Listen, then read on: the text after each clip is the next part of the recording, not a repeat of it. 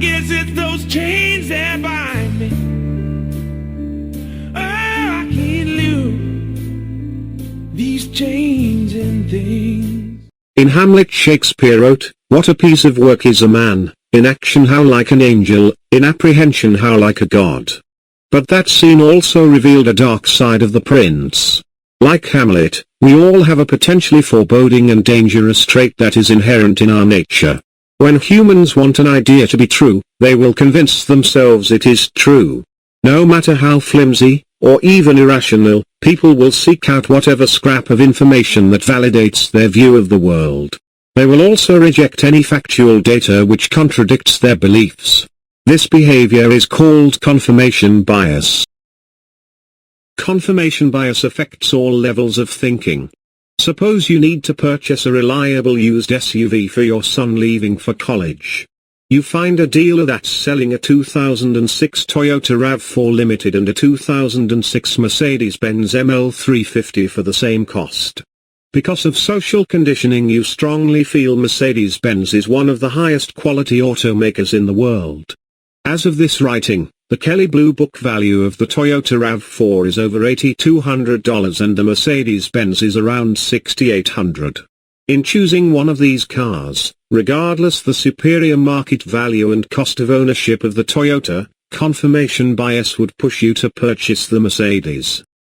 Confirmation bias runs deeper and is more profound than any misconceptions based on mere social conditioning. A groundbreaking study titled "They Saw a Game" was based on a 1951 football game between Dartmouth and Princeton universities. It turned out to be a penalty-filled contest. These researchers revealed that two emotionally invested groups actually altered the reality of this mutually observed event. Students from the two universities saw film of the game and were asked, which team started the rough play. 36% of Dartmouth students admitted their team was guilty, whereas 86% of Princeton claimed Dartmouth was the aggressor. When asked if the game was rough and dirty, 42% of the Dartmouth students thought it was, while 93% from Princeton said the game was unquestioningly rough and dirty. The researchers of this study interpreted this behavior as an expression of selective group perception. This crowd reality distortion is a sobering contradiction to our belief that we are rational beings. We like to think that we only believe what we see, but the truth is, we see what we believe. It's no surprise that all politicians are well aware of confirmation bias.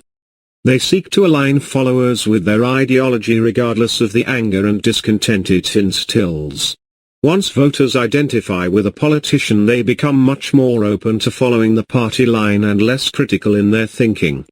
Politically based views created by confirmation bias can be so strong that it causes people to accept even absurdly false data in order to sustain their belief. As Adolf Hitler stated, by the skillful and sustained use of propaganda, one can make a people see even heaven as hell or an extremely wretched life as paradise. Once confirmation bias takes hold, it is nearly overpowering in its grip. This is because confirmation bias has a defense mechanism known as the backfire effect. It causes people to reject any threatening facts or data to their belief system with ever more forceful resistance. Regardless the amount or validity of the contradictory information, the backfire effect will cause the true believer to push back even stronger against it. Confirmation bias allowed the typical Nazis to believe Jewish people were contemptible, while the backfire effect prevented these party ideologues from seeing anything good about them. There are different theories why the human brain distorts reality and seemingly abandons objective reasoning. Whatever the case, we are all affected by confirmation bias. Even good people will fail to see the terrible effects of a seriously flawed perception. When the Nazis subjugated Europe, they told their soldiers they were protecting the continent from British colonialism and American capitalism. In our video "A Noble German Soldier's False Justice," a German survivor of Normandy explains how he thought the civilized Americans would not invade France since they went to great lengths to protect that nation. Only after the war did he realize, with deep regret, the error of allowing his beliefs to be influenced by an oppressive political machine. In extreme cases, people can be so drawn to a belief system that they repress all semblance of humanity. The Axis governments of World War II convinced their citizens that they were superior to any other race. The confirmation bias of such a distorted worldview resulted in China's Nanjing massacre, and the death camps of Germany. Confirmation bias can threaten the very foundations of a democracy. Every totalitarian regime has labeled their political opponents as evil, stupid, subhuman or unpatriotic. It doesn't matter if you lean left or right, such behavior is wrong. Immoral opportunistic politicians have always used divisive rhetoric to plant seeds of hate and division. They distract party followers from their own shortcomings and redirect them to focus on imagined or overblown dangers of the opposition. Political firebrands in the United States may gain political power from their bombast, but at the cost of an ever-fractured and weakened society. A horrific example of confirmation bias was the Soviet Union's victimization of peasants known as kulaks. The vast majority were poor, hard-working farmers with small plots of land to their name. Although not the lowest of the farming class, they had an impoverished existence nonetheless. Unfortunately for them, the party wanted to confiscate their property for state-run collective farms. Vladimir Lenin began a smear campaign labeling them bloodsuckers and plunderers of the people. The claim took hold in the party consciousness. This established mindset allowed Joseph Stalin to liquidate the kulaks with passive and active approval from their poorer neighbors. It's estimated that nearly 1 million kulaks died and close to 2 million were sent to labor colonies. A party activist named Lev Korpilev, who later became a dissident, admitted he rationalized his brutal actions against starving villagers as justified by his ideology. As he later explained, it was excruciating to see and hear all of this. And even worse, that I took part in it.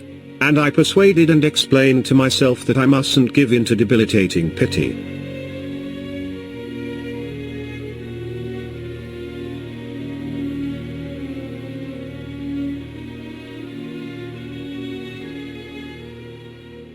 So, how do we fight a force which can literally control our perceptions? We cannot escape confirmation bias, we can only minimize its negative aspects. We must not blindly accept the guidance of any person, or party, without applying dispassionate logic to valid contrary arguments. Push aside the strong emotional reaction you may feel upon hearing new facts contrary to your worldview. To the best of your ability, try to examine them based on their merits. If you find yourself having to ignore contradictory data, or twist your logic in knots to maintain your belief system, you might want to re-evaluate your ideas. Adopt a moral framework asserting that universal social justice must apply to all law-abiding citizens regardless of their group, race, or nationality. Reject anybody who tries to sell you on an emotionally charged version of justice which marginalizes or oppresses others. Politicians or other leaders would find it harder to manipulate anyone with such a moral compass.